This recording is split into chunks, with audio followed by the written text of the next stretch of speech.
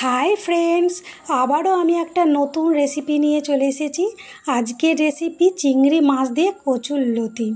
তো আমি কৃষ্ণা আর আপনারা দেখছেন Krishna cooking and blogging channel.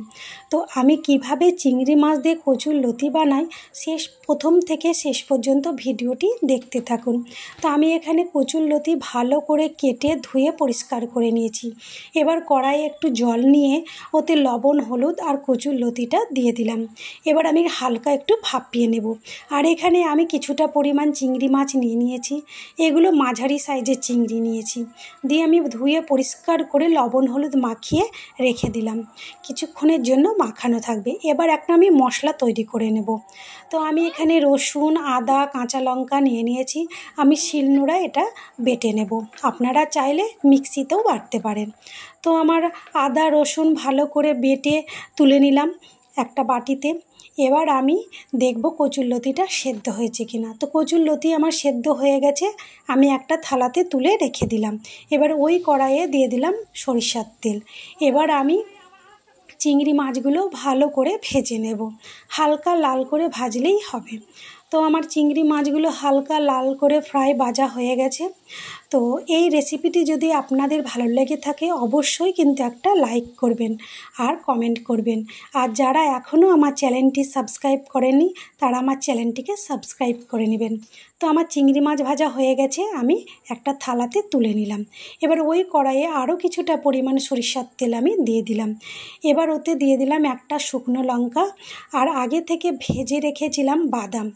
ওই বাদামগুলো একটু থেঁতো করে দিয়ে দিলাম। আপনারা চাইলে দিতে পারেন, নাও পারেন। আর দিয়ে দিলাম পেঁয়াজ কুচি। এবার পেঁয়াজটাকে আমি হালকা লাল করে ভেজে নেব। তারপর দিয়ে দেব টমেটোটা একটু নেড়ে চেড়ে যে পেস্টটা তৈরি করেছিলাম আদা রসুন লঙ্কার, সেই পেস্টটা দিয়ে দিলাম। এবার আমি একটু মশলাটা কষিয়ে দিয়ে দিলাম লবণ, হলুদ, কাশ্মীরি রেড চিলি পাউডার, জিরে গুঁড়ো, ধনে গুঁড়ো। এবার আমি মশলাটা ভালো করে কষিয়ে নেব আর সামান্য পরিমাণ জল দিয়ে দেব। শুকনো মশলা তলায় ধরে যেতে পারে, তাই জল দিয়ে আমি ভালো করে মশলাটা কষাবো। তো আমি মশলাটা ভালো করে কষিয়ে নিয়েছি। আর দেখুন তেল ছাড়তে লেগেছে মশলাতে। তো আর একটু নেড়ে চেড়ে আমি দিয়ে দেবো এর মধ্যে কচুরলতি। তো আমার মশলাটা কষানো হয়ে গেছে। এবার আমি দিয়ে দেব কচুরলতি। আর কচুরলতি দিয়ে হালকা হাতে নাড়াচাড়া করতে হবে, নাহলে কচুরলতিগুলো একদম ভেঙে মিশে যাবে। তো আমি কচুরলতি দিয়ে হালকা হাতে খুন্তি দিয়ে দেখুন খুব সাবধানে নাড়াচাড়া করছি। এবার আমি দিয়ে দেব চিংড়ি মাছগুলো দিয়েও আমি খুব সাবধানে হালকা হাতে নেড়ে নেব। তো আমি চিংড়ি মাছ দিয়ে কচুরলতি দিয়ে ভালো করে মশলার সাথে মিশিয়ে নিয়েছি।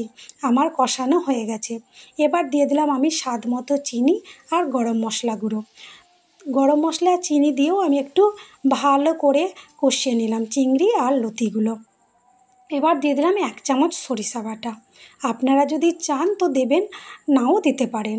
আর যদি চান কেউ নারকেল বাটাও দিতে পারেন এর মধ্যে, আরও সুন্দর লাগবে খেতে। তো আমি এখানে 1 চামচ সরিষা বাটা দিলাম। সেটা দিয়ে ভালো করে নেড়ে চেড়ে আমি তৈরি করে নিলাম চিংড়ি মাছ দিয়ে কচুরলতি। তো চলুন সার্ভ করে দেখাই। তো দেখুন দেখতে কি সুন্দর লাগছে। তো এই ভিডিওটি যদি ভালো লাগে অবশ্যই কিন্তু একটা লাইক করবেন।